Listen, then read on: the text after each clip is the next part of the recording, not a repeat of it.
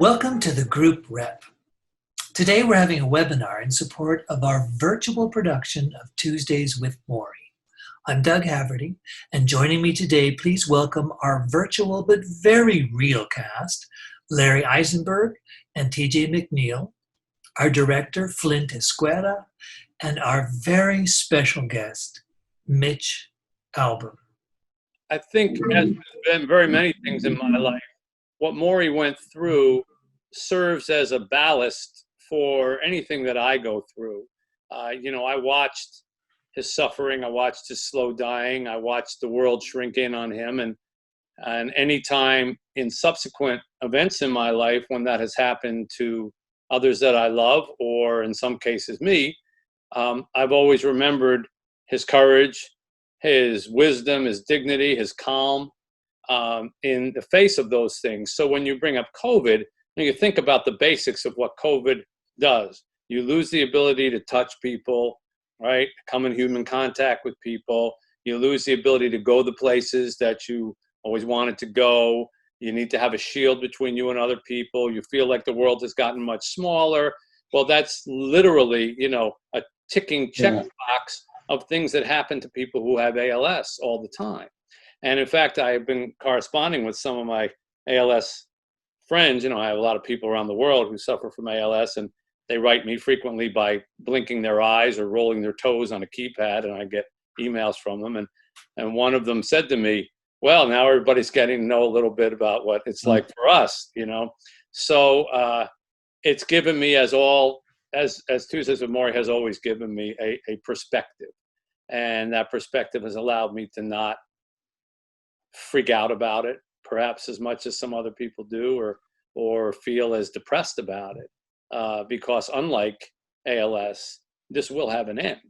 We know what the end looks like, and we know what the positive result of this looks like. It's just a matter of patience.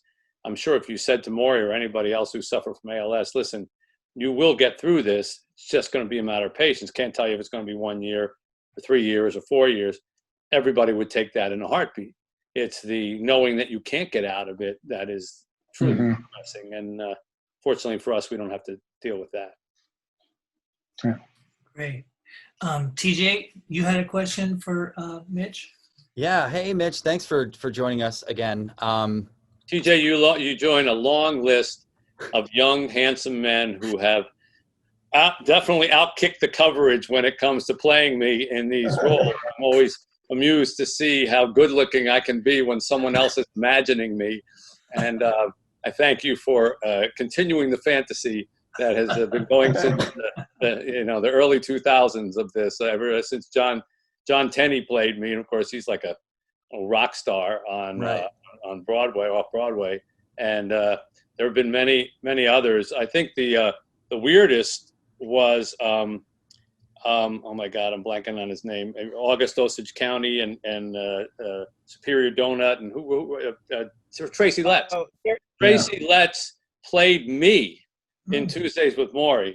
And if you know Tracy, Tracy's a big guy who does not look like me in any way, shape, or form. Of course, he's such an unbelievable actor, and of course, brilliant playwright and screenwriter and everything, that he pulled it off great. But I remember I saw him, I think it was in Minneapolis or Chicago or someplace, and I said, okay, somebody's got a really vivid imagination here, because I was about half his size. But anyhow, TJ, I'm sorry to interrupt you. Go ahead. Yeah, we were planning on alternating the role.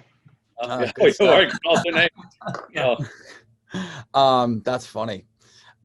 Anyway, while playing you, I was amazed at how high the stakes were, just like kind of going through this journey, and you're kind of, the character's kind of in and out. He's talking to the audience, and at the same time, he's getting these breaks. In the scenes, he's sort of like, he's been losing himself and kind of slipping away. And he has a limited time to kind of get back on track. And since you've lived this, looking back, did the stakes feel that high while this was going on, as you had a limited time? Yeah, I don't know, TJ, that I looked at it as like I had a limited time to get back on track, because I think for me, it was more just uncovering what I had already and who I had already been. it wasn't becoming a different person. It was losing the person that I had turned into. Morrie wouldn't have spent all that time with me if I had, from day one, been a real louse and been as ambitious as I became, or as sort of self-oriented as I became. What made him, I think, motivate himself to spend that time with me and to give me one day a week of the final weeks of his life was that he believed that I was somebody better underneath, that he remembered somebody from the past that was a better version of this. And what he was trying to do was claw away the mud and guck that had gathered over me in the 16 years since I had left him. And I kind of felt the same way. And I think I've written, I can't remember, you have to forgive me, there's so many versions of Tuesdays with Morrie, the book, the play, the movie, and then all the essays that I've written about it, that I never remember exactly where I might have said this. So forgive me if it's in the play, but you know, I always felt that as soon as I kind of got back in front of Morrie, I was a student again. And I think that all your really good teachers make you feel that way. I don't know if you've ever had that sensation of, you know, you're a 30-year-old man and you run into your 6th grade teacher and suddenly you feel like you're in your desk again, you know, and she's going to yell at you for talking to your neighbor. It's just, they always have that kind of magic relationship with you of you respect them in that kind of level, but they also make you feel like you are a learner instead of a doer. And when I got to Morrie, at the time that you were playing, when I got and visited him, I was a doer.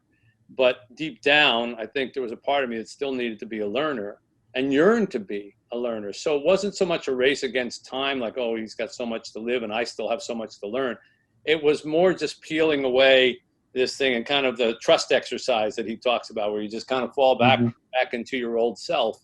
And once I did that, I can even hear it on the tapes. Sometimes I play these tapes on the podcast that we do.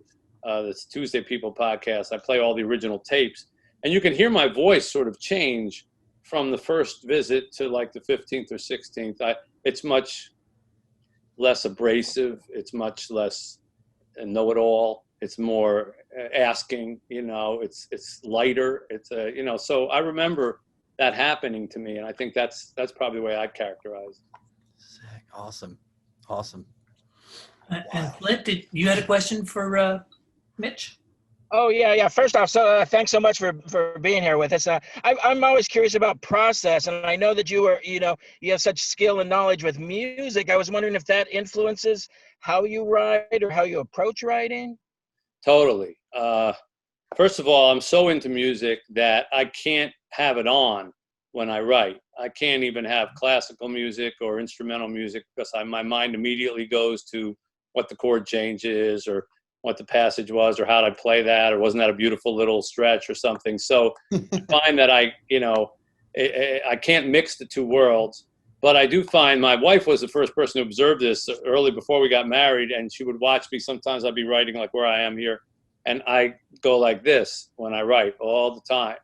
And then if I stop, it usually means that I have hit a point in the writing where the sentences aren't working. I read over what I write, and as I read over, I go like this. And if I feel like there's a rhythm, a cadence to the sentences, I'm always going like this. And then if I stop, my wife was the one who observed it. She said, what are you reading right now? I said, what do you mean? She said, because you stopped.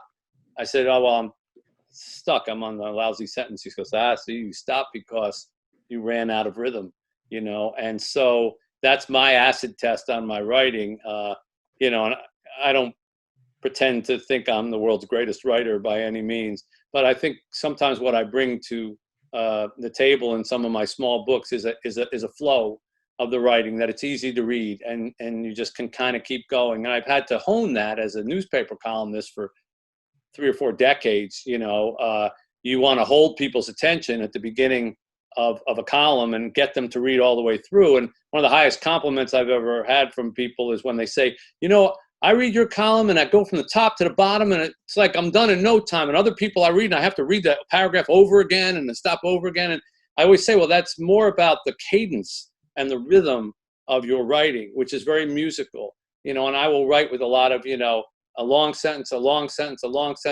one word, you know, an independent clause, two independent clauses, a short sentence, short sentence, short sentence, one word. I can almost hear the drum beat going, and sometimes it's and sometimes it's ba ba ba ba ba ba ba ba ba ba ba ba ba ba ba ba. But I write like that, and I like to think the scripts that I've written too come out like that to a certain degree. Of course, the play that you're doing, was as much Jeffrey Hatcher as it was me, and so when you're collaborating, it's a little bit of a different thing. But I think that the play also has a nice rhythm to it. There are a lot of sentences that kind of bounce off of one another, and I don't know if when you guys do it, it's hard to tell, I guess, what gets laughs, but when the line gets a lot of laughs. Yeah. But when in the theater version, the crowd version, when he says, you have I forget how it's phrased, but you have a wife, yes. Have you named her? Yeah. And Big laugh. that's the way that kind of goes back and forth is a part of that whole rhythm thing too. So yeah, music's a big part of how I write, even though I've only written one book in my life about music. I've never written about it in any other thing except one. It was the biggest book I ever wrote. It was 500 pages long, and I still think it's the best novel I ever wrote, and called The Magic Strings of Frankie Presto. And I threw all my love of music into that one book. Cool. Thank you. You know that TJ, who plays you in our production, is a musician too. He's a drummer. Ah. When we were casting, we tried to find someone who looked like you and who was a musician. Ah, well. Yeah. I don't have the piano skills. A lot better looking than me, but probably plays drums better than me too. I'm okay at drums. I don't know about the better looking part, but I'm okay at drums. I had a question for you. Are there parts and pieces of your experience with Morrie that you did not include in the book or the play that you now wish you had?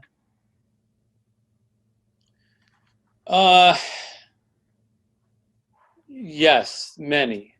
In rereading his manuscripts, and the transcriptions of our conversations, which I do for the podcast, I go through them week after week. I see so many things that I could have included. And, in the case of the play, a lot of it has to do with the rhythm, or does it serve the piece? In the case of the movie, a lot of it more had to do with, can we get this in before a commercial break? And we have to end on a dramatic commercial. You have to rise to a crescendo on a TV film all the time. 8 times in 2 hours, you have to build in these phony, dramatic pauses. And so you sacrifice a lot because you're trying to build to that. There were, right from the very beginning, I think when correct me, because again, I don't think I put this in the book.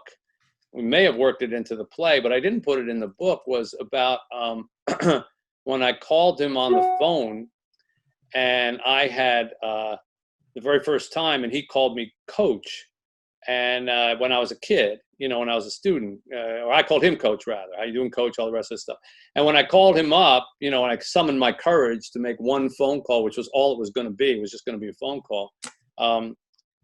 And I hadn't talked to him for 16 years, and his nurse answered the phone. And then I said, could I please speak to Professor Schwartz? So she handed him the phone, and he said, hello. And I said, Professor Schwartz, my name is Mitch Albom. I was a student of yours in the 70s. I don't know if you remember me. Just like that. And I had it practiced, and he said, how come you didn't call me coach? That was the first thing that he said after 16 years. And the fact that he even remembered that, he had thousands of students, I didn't remember it, but he remembered it.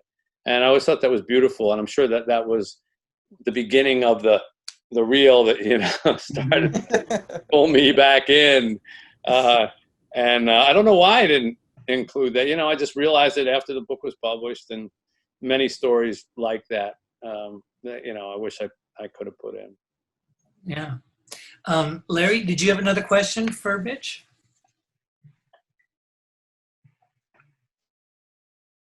No. No? Well, you had one here that I thought was really interesting. I had one that was similar, and it was, if you and Morrie had been both born later, and you were in this class now, remotely, of course, Yeah. what advice do you feel Morrie might offer for the challenges 2020 has brought? Well, Morrie had a little bit of a socialist in him. There was part of him that thought, he used to say, I don't see any reason why anyone should make more than $1 million. That's enough money for, this was of course 1995 dollars. He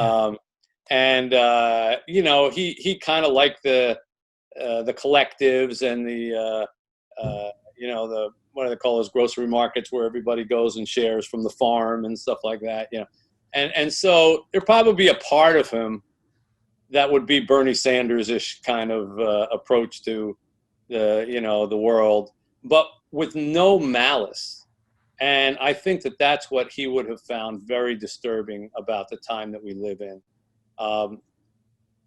He could not understand people being mean to one another. He just meanness just didn't make any sense to him. And no matter where you come down politically, both sides are mean, and really mean. And so I think he would have had a real hard time with the lack of humanity that's going on. First and foremost, that's what he always was about, being in the human family. And, identity politics was not his thing.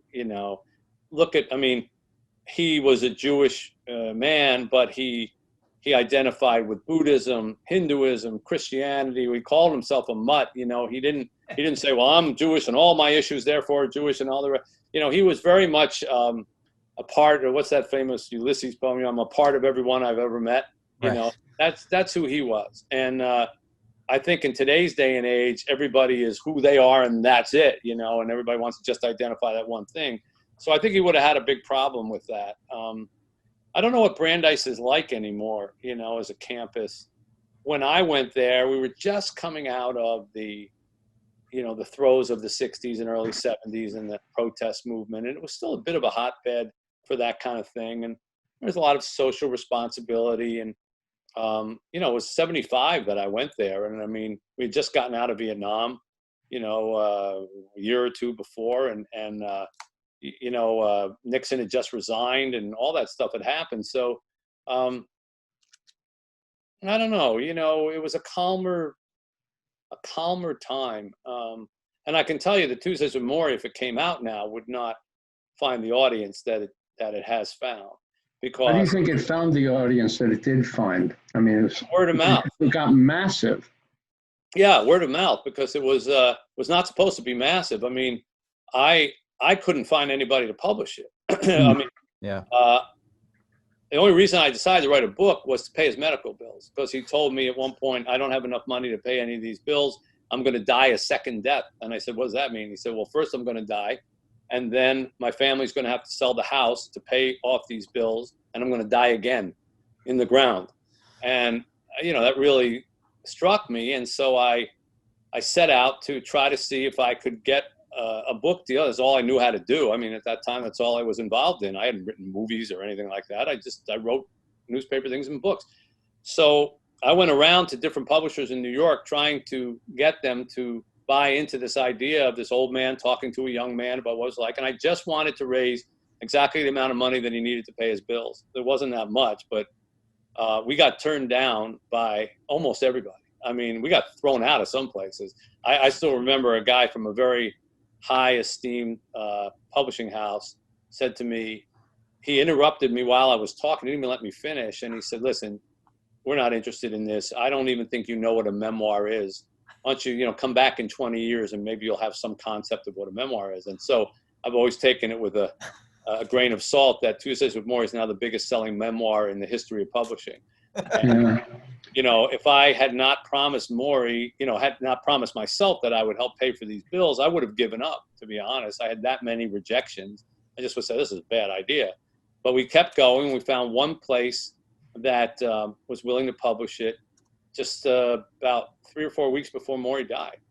And they agreed to give us some. I said, you have to give us the money up front because I have to give it to him while he's alive. And here you talk about another thing that I could have put in a book or a play or anything. When I went and told Morrie, that I had found this publisher, and I didn't told him I was looking for a book. He thought I was going to do a honors thesis. And I didn't have the heart to tell him, you need to be enrolled somewhere in order to do an honors thesis. You can't just write honors theses on your own. But he was in that academic, mindset. And so when I went and told him, I said, listen, this honors thesis? He said, yeah. I said, well, I got a publisher wants to publish it. And he said, really, who? And I said, Doubleday. He said, ooh, I heard of them. I said, yeah, well, not only that, but they're going to give us the money up front, and I want you to take all the money, and I want you to pay off your bills so you don't have to die a second death.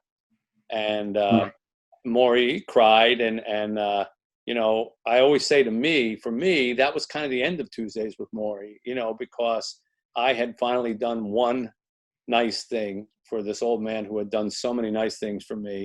It was really the first kind of selfless thing I had done on that kind of scale in my life. And I said to him, listen, I want you to record a message for Doubleday because, they're not going to get to meet you. He was very close to the end. But I want them to hear you, I want them to have your voice. Can you do something? And he said, turn on the tape recorder.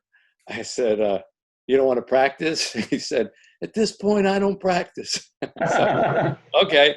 So I just pushed the play and record. And I still have it because I have the transcription and I have in one take. He said basically, hello, good people of Doubleday. This is Morrie Schwartz. Thank you for agreeing to publish this book that Mitch and I are going to work on. I'll provide the words. Mitch will make the music, and we'll make a beautiful symphony. He said, now, I won't be there when the book comes out to see it published, but I want you to know, wherever I am, I'll be watching. And I said, oh, that's perfect. Yeah. And I gave it to them, and I always think like they all had it on little cassettes. And I always think that, whenever anything might have gone wrong in the publishing process or was risking going wrong, they always had that little admonishment, I'll be watching. And maybe it kept them on the straight and narrow. So anyhow, they only published 20,000 copies of the book. Nobody thought it was going to be a popular book. They published it. This is the week that they published it. Okay. Does this strike you, August 18th or whatever, as the hotbed moment for publishing a book?